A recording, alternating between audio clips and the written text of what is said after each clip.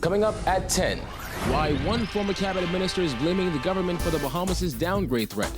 Leon Williams out as BTC CEO. The names of several MPs turned over to the Public Disclosure Commission, plus changes on the way for BAMZ. We've got those stories and much more coming up tonight. I'm Kyle Joaquin, and our news at 10 starts now.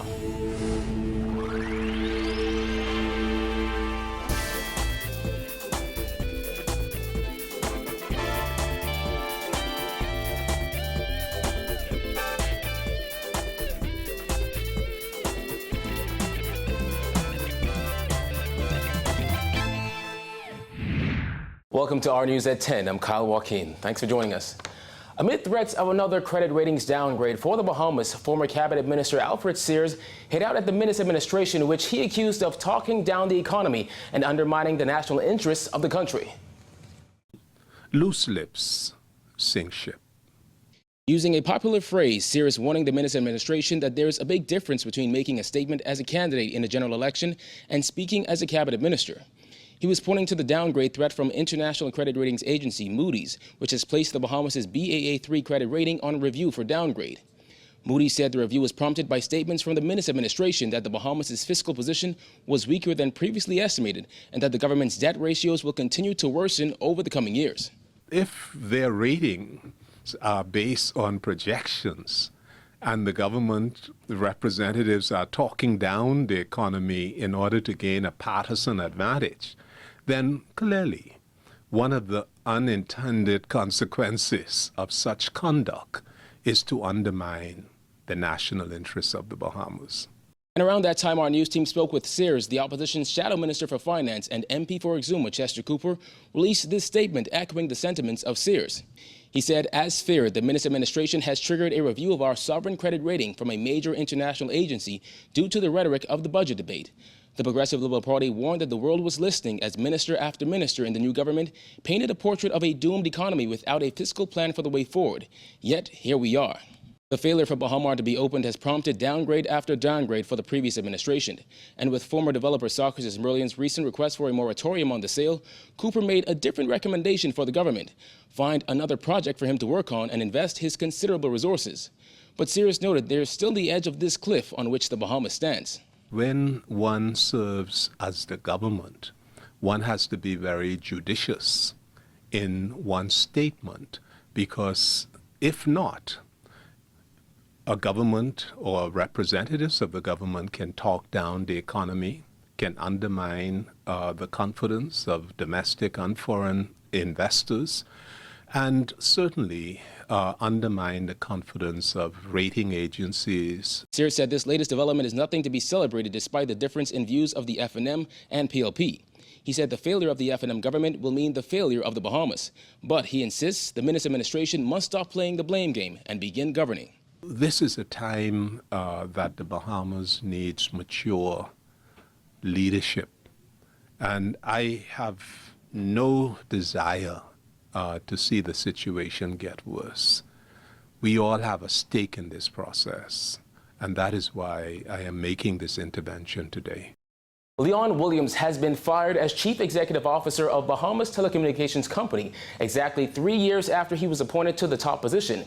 In a letter to employees, Cable and Wireless Communications said to ensure our success continues unabated in the future, we are making changes at the executive level in the Bahamas, and Leon Williams will be leaving the business.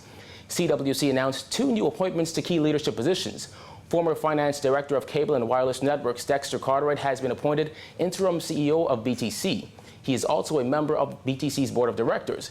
Meanwhile, Andre Foster joins BTC as the Chief Operating Officer, a position created to help give greater focus on customer experience, technology, and innovation. CWC says the new leadership team represents a new phase at BTC. This is the second time Williams has been fired by BTC. He got the axe 9 years ago and took legal action against the company. In 2011, BTC reached a settlement with Williams.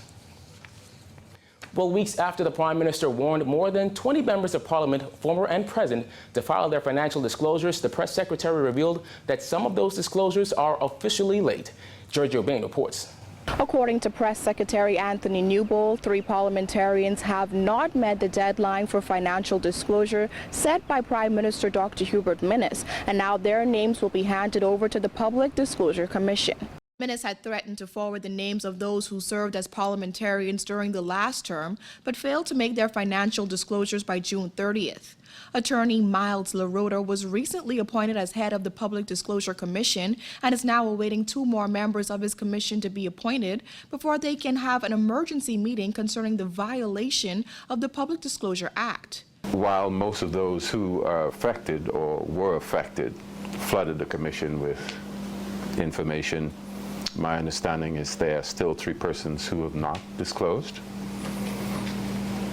The Cabinet met earlier today. In fact, it will be meeting this afternoon to ensure that Commissioner LaRota gets 2 additional members he needs to have for an emergency meeting. The act mandates that members of Parliament, senators, senior public officers, and public appointees to declare their assets, income, and liabilities as of December 31st each year. The act provides for a $10,000 fine and/or imprisonment of a term of not exceeding 2 years.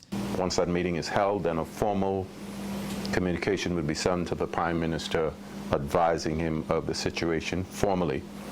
And then, of course, he will issue the directives as we expect whomever they are who did not disclose to be dealt with as the law provides.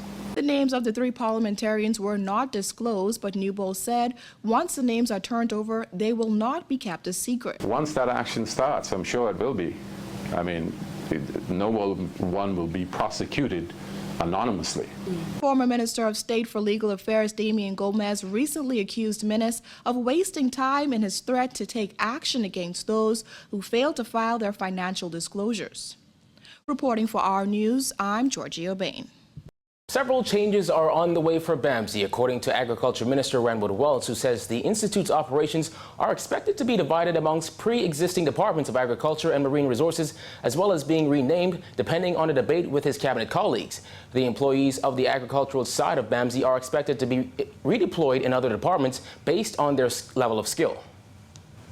The F&M intends to split the operations of BAMZ. The university and the experimental farm will go under the College of the Bahamas, and we will be renaming BAMZ. And I will be getting back to you with the exact name once Cabinet has agreed to it. But we're going to be renaming it, and BAMZ will be a school of marine and agricultural sciences in the university, under the University of the Bahamas. According to Wells, his ministry is expected to dish out $10 million in salaries in the upcoming year in regards to BAMZ. Wells said he came across discrepancies with land grants as well as contracts for workers just weeks ahead of the general election. Those contracts are now under review. Contracts are being reviewed. Those contracts are being reviewed not from a political standpoint, but from an operational standpoint, because at the end of the day, we want to know why the individual was hired, whether the individual has some skill sets that can be used within the particular ministry. And I'll tell you this. Coming into that ministry, my permanent secretary didn't even know who all was a part of the Ministry of Agriculture and Marine Resources. So I have directed the permanent secretary to do 2 things. I want a personnel audit of that ministry to know how many persons are working in that industry, in that ministry, and what their job function is, when they were hired. Government has allocated up to $50,000 to help cover the cost of the official funeral of former National Security Minister Dr. Berta Nottage on Friday at St. Agnes Anglican Church. Official funerals are held for former cabinet ministers and serving members of Parliament, with government providing up to $10,000 to help cover costs. However, government raised the amount for the former Baines and Grantstown MP's funeral in recognition of his many years of public service in politics and sports. Dr. Nottage died in a Florida hospital on June 28th. The PLP held a memorial at the party's headquarters tonight. A public viewing will be held at the National Stadium tomorrow. Dr. Nottage's body will lie in state on Thursday. Still to come on our News at 10, police searching for suspects in yesterday's murder. The details are after this break.